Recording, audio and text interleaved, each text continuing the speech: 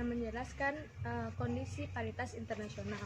Oke, saya akan memulai pengertian dari kondisi paritas internasional. Nah, apakah itu kondisi paritas internasional?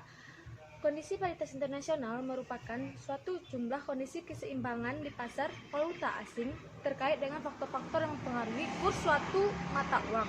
Faktor-faktor umum bagi syarat-syarat paritas itu penyesuaian atas terbagi macam harga, yaitu yang pertama suku bunga, yang kedua kurs, yang ketiga inflasi.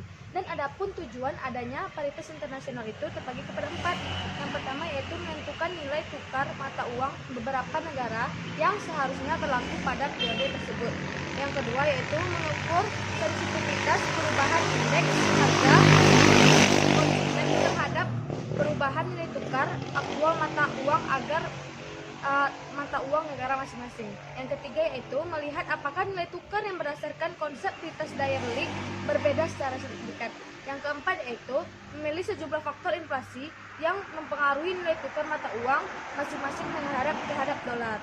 Kondisi prioritas ini diturunkan dari kondisi prioritas, yaitu kondisi atau suatu situasi yang memungkinkan pelaku ekonomi yang mendapatkan keuntungan bebas risiko yang positif dan modal nol dalam shifting pasar modal yang sempurna yang memiliki asumsi tidak terdapat biaya transaksi, biaya transport, dan biaya pajak, tarif, biaya masuk, dan faktor-faktor lain yang membatasi perdagangan bebas.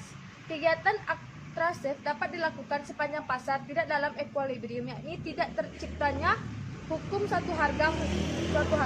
Hukum satu harga menjelaskan hubungan antara nilai tukar lain harga komoditas. Hukum ini menyatakan bahwa komoditas yang sama akan memiliki harga relatif yang sama pula, meskipun dijual di tempat berbeda. Contoh, apabila harga apel di Amerika diberi notasi pas, harga apel di Inggris diberi notasi PI, dan nilai tukar dalam pound sterling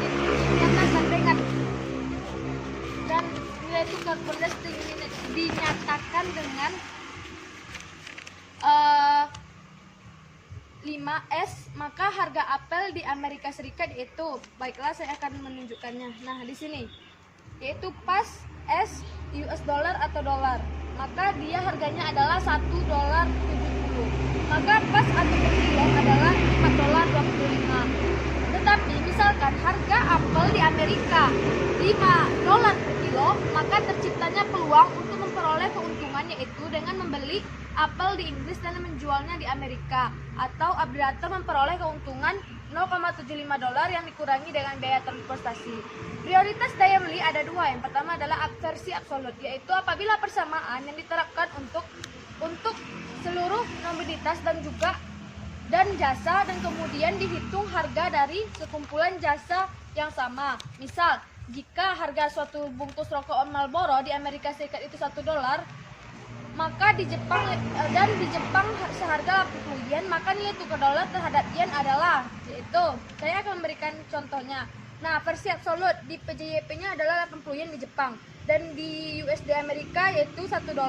Dengan menggunakan persamaan, maka harus dolar atau JYP yaitu adalah USD dolar atau JYP yaitu 80 yen atau $1, sehingga USD atau JYP yaitu 80,0.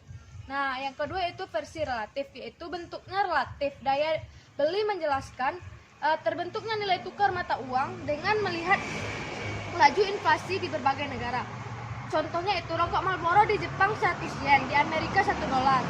Inflasi Amerika 5% dan di Jepang 10%, maka akibat dari inflasi tersebut harga rokok Marlboro akan berubah dan nilai tukar mata uang negara berubah, sehingga kurs awal keseimbangan sebelum diperinflasi yaitu adalah versi relatif USD atau JYP 100 yen. Harga Marlboro di Amerika Serikat yaitu inflasi $1 1,5% sama dengan $1,05. Sedangkan harga Marlboro di Jepang setelah inflasi yaitu 100 yen, 1 tambah 10% yaitu 110 yen.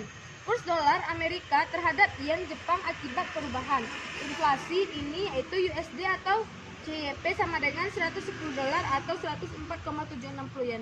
Oke, terima kasih. saya telah menonton tayangan ini. Baiklah, hanya itu yang dapat saya jelaskan dari kondisi prioritas ini. Semoga yang menonton dan dapat mengetahui tentang kondisi prioritas internasional